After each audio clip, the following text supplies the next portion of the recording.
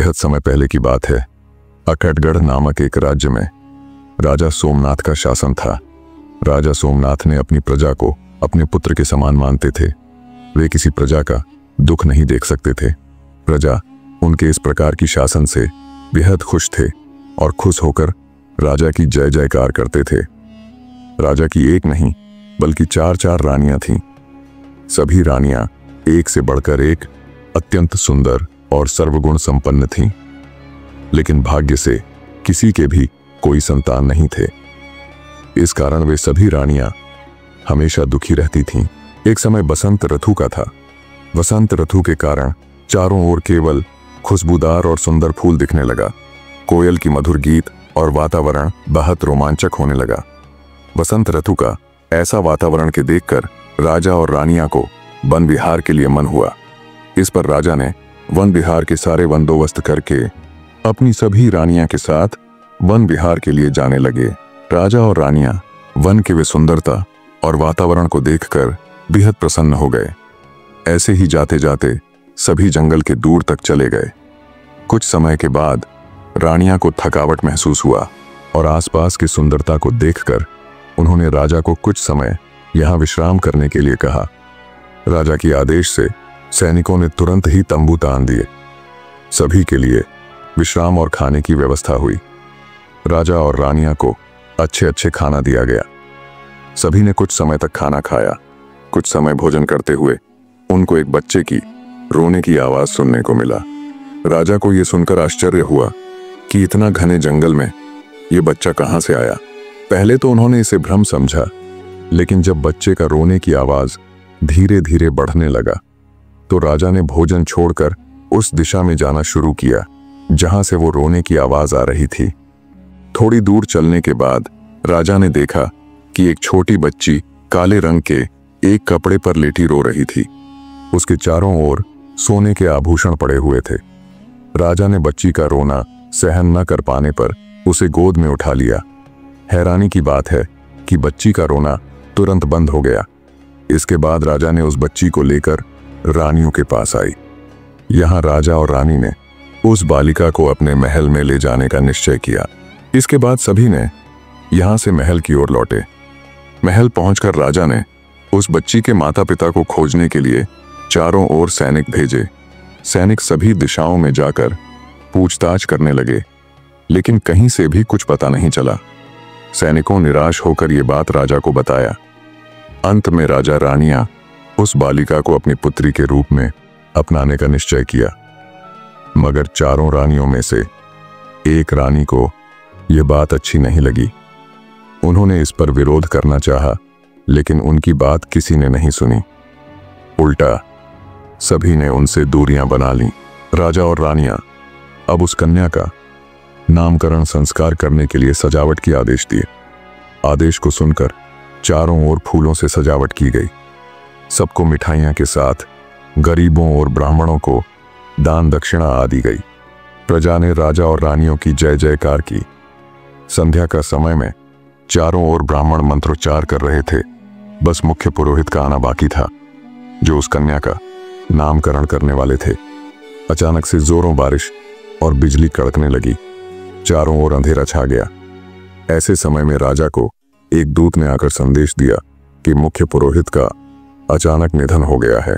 मुख्य पुरोहित की इस प्रकार अकाल मृत्यु पर राजा और रानी ने शोक प्रकट किया, लेकिन वे अपनी कन्या के नामकरण के लिए व्यस्त से मुख्य पुरोहित की मृत्यु का कारण जानने में असमर्थ रहे। मुख्य पुरोहित की मृत्यु से उन्होंने और एक विद्वान ब्राह्मण से अपनी कन्या का नामकरण किया। क्योंकि उस समय बाहर अंधेरी रात थी, इसीलिए कन्या का नाम प्रियंवदा रखा गया। इस घटना के बाद राज्य के लोग डरने लगे। उन्होंने आकर राजा से कहा कि नामकरण उत्सव में मुख्य पुरोहित का मृत्यु होना देवताओं के क्रोध का संकेत है। इस पर सभी मंत्रिमंडल ने राजा को सलाह दी कि हमें एक यज्ञ का आयोजन करना होगा। इस पर राजा ने तुरंत ही मान गए, क्योंकि राज नहीं चाहते थे कि राज्य में कुछ अनिष्ट हो। इसी बीच मुख्य पुरोहित का परिवार रोता हुआ अवस्था में राजा के सामने आए। उन्होंने आकर राजा को बताया कि पुरोहित की मृत्यु एक सांप के काटने से हुई है और अब उनका घर बेहद सारे सांपों से भर गया है। रहने या बैठने की जगह तक नहीं है। उसी समय अन्य प्रजा भी सांपों के प्रकोप की शिकायत लेकर राजा के पास पहुंचे। यह सुनकर राजा और सभी पात्र मंत्रियों को बेहद आश्चर्य लगा। राजा ने सोचा कि शायद उन्होंने कोई ऐसा कार्य किया है जिससे भगवान शिव क्रोधित हो गए हैं। उन्होंने अब भगवान शिव का अभिषेक कराने का और अपनी भूल के लिए माफी मांगने का निश्चय किया। अगले ही दिन प्रियंवदा को नापसंद करने वाली रानी ने बिना कुछ कहे महल छोड़कर चली गई। उन्हें बहुत खोजा गया लेकिन उनका कोई पता नहीं चला। रानी के इस तरह अचानक चले जाने पर राजा और प्रजा सभी हैरान रह गए और सांपों के प्रकोप से छुटकारा पाने के लिए राजा और सभी प्रजा मिलकर भगवान शिव का अभिषेक किया, जिसके चलते हुए राज्य पर सांपों का संकट धीरे धीरे करके टल गया। इस बीच बेहद साल बीत गया। अब राजकुमारी प्रियंवदा बड़ी हो गए थे। राजकुमारी रूपवती होने के साथ ही गुणवती भी थे और राजकुमारी सभी के लाडली थे। राजा और रानियां जब उन्हें नहीं देखते तो बेचैन हो जाते थे।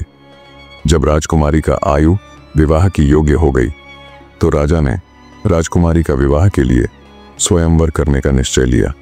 उन्होंने सभी राज्य में अपनी निमंत्रण पत्र भेजे और अपनी राजकुमारी के स्वयंवर के बारे में बताए। स्वयंवर के लिए राज्य भर में अच्छे से सजावट की। स्वयंवर का भवन को अच्छे खुशबूदार फूलों से भव्य तरीके से सजाया गया। स्वयंवर के दिन था। सुबह सुबह राजकुमारी प्रियंवदा अपनी सखियों के साथ तालाब में स्नान करने गई। सखियों के साथ स्नान के दौरान अचानक यहाँ एक चमत्कार हुआ। उनके पास एक सांप आया जिसके सिर पर एक चमकती हुई मणि थी। सांप ने आते ही राजकुमारी को डस लिया और राजकुमारी सांप के डसने से बेहोश हो गई। दासियों ने यह देखकर डर के मारे राजा को बुलाया। राजा सैनिकों, मंत्रियों और रानियों के साथ तुरंत वहां पहुंचे, लेकिन राजकुमारी का कहीं पता तक नहीं चला। यहां उनके कदमों के निशान तक नहीं मिले। राजा ने घोषणा की कि जो कोई भी राजकुमारी को ढूंढकर लाएगा उससे राजकुमारी का विवाह कर दिया जाएगा। राजकुमारी से विवाह करने के उद्देश्य से कई लोग उसे खोजने गए, लेकिन कोई भी वापस नहीं लौटा। इस तरह 2 सप्ताह बीत गए। स्वयंवर के लिए आए राजा और राजकुमार भी राजकुमारी को खोजने गए, परंतु वे भी वापस नहीं लौटे। यहाँ चंद्रचूड़ नामक एक राजकुमार स्वयंवर में भाग लेने आया था।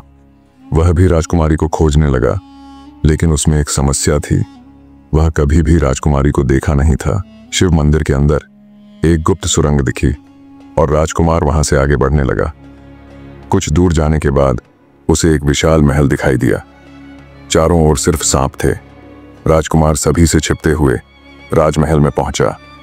वहां उसने 2 इच्छाधारी नागिनों को बातें करते हुए सुना।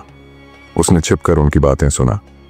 उनकी बातों को सुनते हुए उसने जान लिया कि राजकुमारी कहाँ है। नागों से सामना करते हुए वह राजकुमारी के पास पहुंचा। जैसे ही उसने राजकुमारी को देखा, उसकी सुंदरता को देखकर भगवान शिव की बातें भूल गया। वह राजकुमारी के पास गया और सब कुछ बताया। राजकुमारी ने वहां से बाहर जाने का रास्ता जान ली थी और वे दोनों वहां से भाग गए। राज्य में फिर से बाजे बजने लगे। चारों ओर तोरण सज गए। राजा अपनी बेटी के विवाह के लिए खुश हो गए। उन्होंने राजकुमार से अपनी बेटी का विवाह करने का वचन दिया। राजकुमारी के विवाह के लिए राजा सोमनाथ ने राजकुमार के राज्य और पिता के नाम जानने की इच्छा जताई। राजकुमार चंद्रचूड़ ने अपने राज्य का नाम स्वर्णगढ़ और पिता का नाम महापाद बताया। ये सुनकर राजा और रानी चौंक गए। उनके चेहरे पर एक अनजाना डर था। ये देखकर राजकुमार ने इसका कारण पूछा तो राजा सोमनाथ ने कहा, यह खुशी की बात है क्योंकि तुम्हारे पिता मेरे बचपन के दोस्त हैं। कुछ कारणों से हम दोनों अलग हो गए थे, लेकिन आज मैं तुम्हारे साथ अपनी बेटी का विवाह करके फिर से एक हो जाऊंगा। इसके बाद राजा महापाद से मिलने के लिए दूत को भेजा गया। राजकुमारी की विवाह समाचार से राज्यवासियों को खुशी हुई, लेकिन मंत्री खुश नहीं हो पाए। राजा महापाद के नाम को सुनकर राजा क्यों डर रहे थे? राजकुमारी के नामकरण में ऐसा अशुभ क्यों हुआ? क्या इसका कारण जानते थे मंत्री महोदय? आगे जाने से पहले कृपया वीडियो को लाइक, शेयर और चैनल को सब्सक्राइब करें। विवाह का दिन नजदीक आ रहा था। मंत्री राजा के पास गए और उस दिन घटी घटनाओं को याद दिलाया। मुख्य पुरोहित की मृत्यु का कारण जानने के लिए कहा, लेकिन राजा वह बातों को गंभीरता से नहीं ले रहे थे और कुछ महत्व नहीं दिया गया। विवाह का दिन आया। चारों ओर विभिन्न रंगों की रोशनी से भर गया। विवाह चल ही रहा था कि अचानक तूफान आने लगा। मंत्री ने यह देखकर समझ लिया कि कुछ होने वाला है। वह वहां से भागने लगे। धीरे धीरे सभी उस स्थान को छोड़कर चले गए। राजा और रानी भी वहां से जाना चाहते थे। इसी बीच बिजली कड़कने लगी और देखा गया कि राजकुमारी वहां नहीं है। राजा और रानी चिल्लाए। फिर से बेटी की अपहरण देखकर राजा और राजकुमार ने उसे ढूंढने का प्रयास किया, लेकिन आश्चर्य की बात यह हुई कि चारों ओर सांप बाहर आ गए। धीरे धीरे सभी स्थानों पर सिर्फ सांप ही सांप दिखाई देने लगे। वहां से दोनों राजा और राजकुमार भागने में सफल हुए। तब सभी रानियों के शरीर में सांपों ने दंसन किया। सभी रानियों अपने नागकन्या के पास ले गए। नागरानी और कोई नहीं बल्कि राजकुमारी प्रियंवदा ही थी। वह एक नागकन्या थी। उसका आधा शरीर मानव का था और आधा सांप का। उसकी आंखों से बदला की आग जल रही थी। यह देखकर रानियां उसे छोड़ने के लिए विनती करने लगीं, लेकिन राजकुमारी ने उन्हें पुराने दिन याद दिला दिए, जब उन्होंने एक नाग दंपति को बेरहमी से मार डाले थे। उनका छोटी बच्ची कैसे दुखी होकर रो रहा था, फिर भी उन्होंने उसकी नहीं सुनी।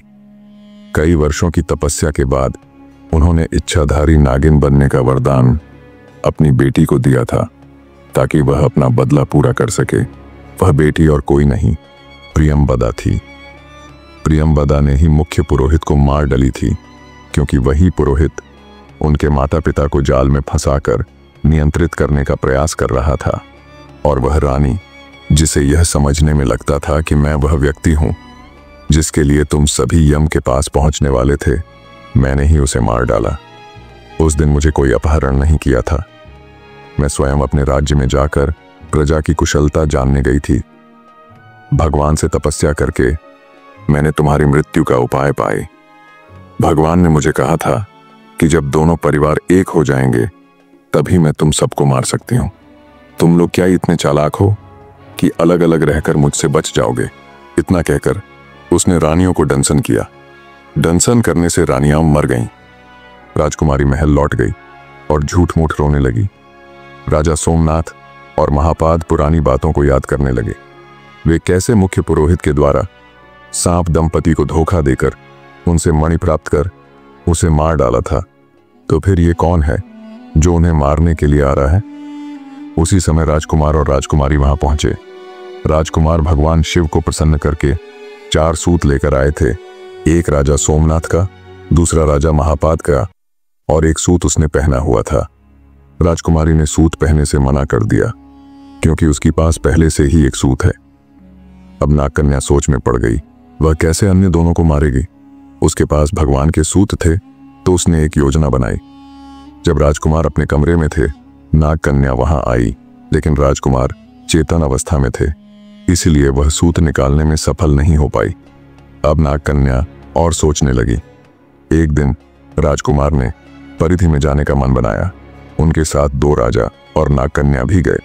काफी दूर चलने के बाद राजा महापाद अब और नहीं चल पा रहे थे। राजा सोमनाथ पानी लाने के लिए बाहर गए। राजकुमार और राजा महापाद एक पेड़ के नीचे बैठ गए। कुछ दूर जाने के बाद राजा सोमनाथ एक तालाब के पास पहुंचे। जैसे ही उन्होंने पानी लाने के लिए नीचे झुका, उनका सूत तालाब में गिर गया। इस समय पानी के अंदर एक नागकन्या प्रकट हुई। वह कोई और नहीं बल्कि राजकुमारी प्रियंवदा थी। अब राजा ने उसे सब कुछ बताकर माफी मांगी। तब राजकुमारी ने उसे एक महल में बंद कर दिया। काफी समय बीतने के बाद महापाद और राजकुमार चिंतित हो गए। महापाद के आदेश पर राजकुमार ने उसे ढूंढने की कोशिश की। काफी समय बीतने के बाद भी वह वापस नहीं आए। अब महापाद को और अधिक प्यास लगने लगा। वह पानी पीने के लिए उठे। नागकन्या ने देखा और कहा कि अगर वह यहीं कुछ भक्त प्रतीक्षा करना चाहेंगे मैं आपके लिए पानी लाने का प्रयास करूंगी। महापाद ने उसकी बात मानी। नाग कन्या पानी की तलाश में गई और अपनी असली रूप में आकर उसके पास लौटी। उसने राजा को पुराने घटनाओं की याद दिलाई और फिर उसे दर्दनाक चोटें दी। महापाद पानी के बिना कमजोर हो गए और जल्द ही नाग कन्या के साथ संघर्ष करते हुए मृत्यु को प्राप्त हुए। इसके बाद नाग कन्या खुश हो गई क्योंकि उसने अपनी प्रतिशोध पूरी की। कुछ समय बाद राजकुमार अपने पिता को खोजने के लिए लौटे। इस समय रानी रोते हुए यह कह रही थी कि राजा महापाद को बहुत प्यास लगी थी और वह पानी की तलाश में गए थे, लेकिन वापस नहीं लौटे। दोनों बहुत ढूंढने के बाद भी राजा महापाद को नहीं पा सके। इसके बाद दोनों एक अन्य राज्य पहुंचे। वहां राज्यवासियों ने राजा के जन्मदिन के अवसर पर भोजन की व्यवस्था की थी। वे दोनों खाने के बाद राजा से मिलने गए। राजकुमार ने देखा कि राजा के चेहरे पर सुख नहीं था। इसके कारण राजकुमार ने उनसे अकेले में मिलने की इच्छा जताई। राजकुमार ने कारण पूछा तो राजा ने कहा, उनका छोटा राज्य है और एक अन्य राजा ने इसे जोड़ने के लिए युद्ध का ऐलान किया है। राजा ने बताया कि उनके पास इतना सेना नहीं है कि वह उसे बचा सके। राजकुमार ने कहा कि वह पूरी सेना लेकर युद्ध करेंगे। यह सुनकर राजा को विश्वास नहीं हुआ। जब वह राजा ने हमला किया, राजकुमार ने जाकर उसे हराया। यह देख राजा बहुत खुश हुए और उसे महल में रहने की अनुमति दी। राजकुमार और नाग कन्या वहां रहने लगे। नाग कन्या ने राजकुमार को मारने के कई प्रयास किए, जैसे कभी भोजन में जहर देता तो कभी अन्य सांपों को बुलाकर हमला करने के लिए कहना, लेकिन हर बार राजकुमार जीतते रहे। राजकुमार के साहस को देखकर नाग कन्या ने उन्हें पसंद किया और उनकी सेवा करने लगी। वह उनके साथ खुशी से रहने लगी। राजा के पास कोई संतान नहीं होने के कारण उन्होंने राजकुमार को अपना पुत्र माना। कुछ दिनों बाद नाग कन्या ने राजकुमार से अपना गुप्त रहस्य बताने का मन बनाया, क्योंकि वह प्रेम में कोई गुप्त नहीं रखना चाहती थी। एक दिन जब राजकुमार किसी काम से दूर गांव गए थे, नाग कन्या ने खुद को सजाए और सुंदर आभूषण पहनने के बाद उसकी प्रतीक्षा की। जब राजकुमार नहीं आए तो महल में चिंता फैल गई। कई दिन बीत गए, फिर भी राजकुमार का कोई समाचार नहीं मिला। नाग कन्या परेशान हो गई और राजा से अनुमति लेकर राजकुमार को ढूंढने निकली। बहुत समय बाद वह एक विचित्र महल पहुंची, जहां केवल बत्तखें और पेड़ों के घर थे। वह चुपके से उस महल में प्रवेश कर गई। वहां पहुंचकर उसने कुछ लोग देखे और वे उसे पहचान कर खुश हो गए। नाग कन्या ने राजकुमार से मिलकर खुशी से उसे गले लगा लिया। उन्हें कोलाग्रत करने के लिए, पांव पकड़ने के लिए जाने के समय उनके शरीर के अग्रभाग में चोट लगी और वह पूरी तरह से घायल हो गई। वह पूरी स्थिति को समझने से पहले बार बार चोट खा रहे थे। उनकी बहुमूल्य मणि चोरी हो गई थी। उनके पति ने ही उन्हें धोखा देकर मारा था। उनके पास से सब कुछ ले लिया गया और सभी लोग वहां से चले गए। वहीं पर सिर्फ नाग कन्या ही पड़ी थी, जिसका स्वयं का पति ने ही उसे मार डाला था। राजकुमारी के मन में बहुत से सवाल थे। उसने सोचा, क्यों? उनके पति ने उन्हें क्यों मारा? क्या उसकी पति को नागकन्या के बारे में पता था? नागकन्या को अपने लोगों ने क्यों धोखा दिए? अब वह क्या करेगी? अगर आप इस कहानी का अगला भाग देखना चाहते हैं तो नीचे कमेंट करें।